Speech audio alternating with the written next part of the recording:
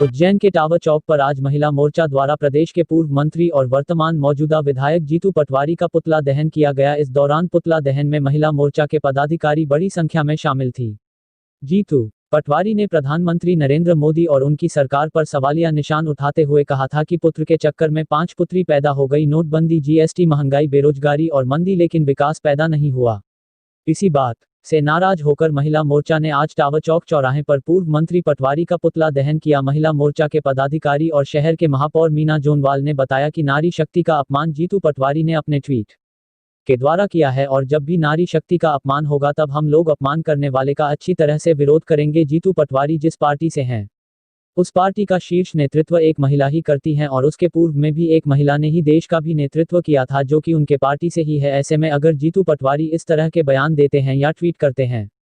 तो मैं उनकी सद्बुद्धि के लिए बाबा महाकाल से प्रार्थना करूंगी।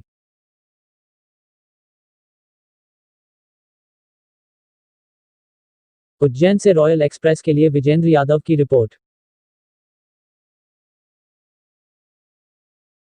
भारतीय जनता पार्टी महिला मोर्चा के द्वारा आज यहाँ पर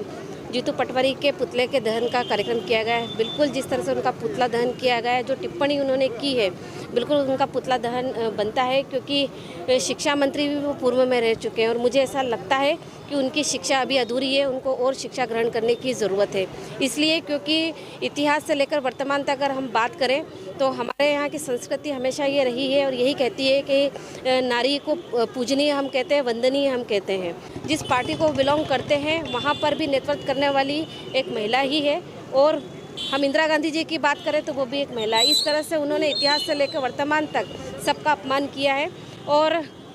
स्त्रियों ने हमेशा साबित किया है, पुरुषों से कंधा मिलाकर उन्होंने कार्य किया है और हर मोर्चे पर जहां जो उनको जिम्मेदारी दी है, आप देखिए हर मोर्चे पर उन्होंने अपनी जिम्मेदारी को साबित करते हुए इस देश के विकास में अपनी सहयोगी भूमिका उन्होंने निभाई। बिल्कुल मैं बाबा महाकाल